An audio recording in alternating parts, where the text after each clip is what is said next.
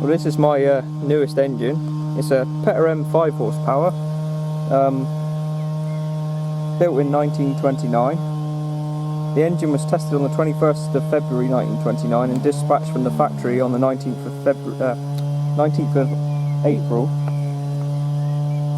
Was then sent back to the factory on the 10th of February 1938 and got rebored. I think it's around 1/32 of an inch oversize.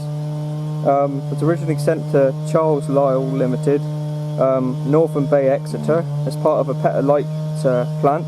It drove a 140 volt GEC dynamo.